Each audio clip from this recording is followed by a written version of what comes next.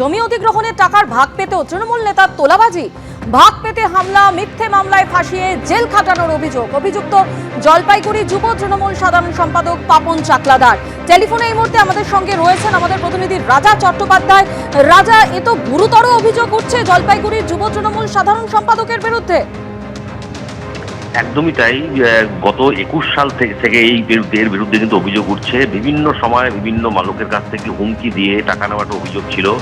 এই যে ললিত সরকার ব্যবসায়ী, এ হচ্ছে ময়নাগুড়ি ব্লকের উল্লাডাবড়ি এলাকায় তার বাড়ি, এবং তার বাড়ি হচ্ছে 4 লেনের রাস্তার ঠিক পাশেই। সে কিন্তু 4 লেনের জমির জন্য কিন্তু সে জমি দিয়েছিল 4 লেন রাস্তার কাজের জন্য। প্রশাসনের তরফ থেকে প্রচুর টাকা সে পায়। তারপরের থেকেই যেটা অভিযোগ উঠছে, 2001 সালের পরের থেকেই এই পাপন চাকলাদার যে তৃণমূল যুব নেতা, সে কিন্তু এই ললিত সরকারের কাছ থেকে বারংবার হুমকি দিয়ে টাকা নিয়েছে বলে অভিযোগ জানিয়েছেন, এবং পরবর্তীতে তার বাড়িতে ভাঙচুর করা হয়েছে, এমন তোর গুরুতর অভিযোগ উঠেছে। পাল্টা মিথ্যা মামলা দিয়ে এই ললিত সরকারের পরিবারকে জেল খাটতে হয়েছে প্রায় 6 মাস।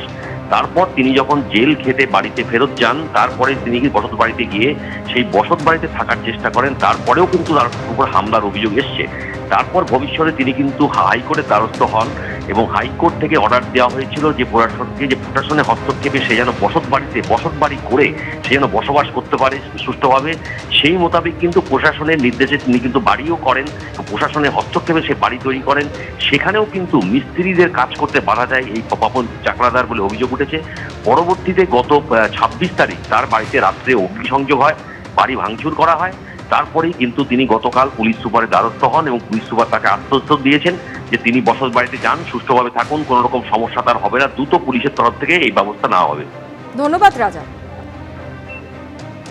ময়নাগুড়ির ব্যবসায়ী ললিত সরকার, যিনি এরকম মারাত্মক অভিযোগ করছেন, দেখুন তিনি কি বলেছেন। অভিযোগ জানালাম এসপি ক্লাইমেট সাহেবের, আর আইসির অর্ডারে আমি বাড়িঘর বানাচ্ছি।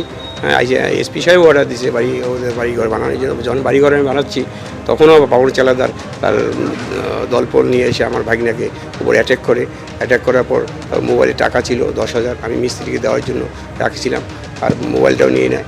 সারা রাত ভাগিনাকে মারধর করে, দীর্ঘদিন তো হুমকি দিয়ে যাচ্ছে, আমাকে এলাকায় ঢুকলে মারিয়ে ফেলবে, কাটিয়ে ফেলবে, আর আমার নামে মিথ্যা অভিযোগ করে আমাকে 4 বছর জেল খাটাচ্ছে অল ফ্যামিলিকে। হ্যাঁ, তো জেল খাইটে এখন আমি বাড়ি ছাড়া হয়েছি 4 বছর থেকে।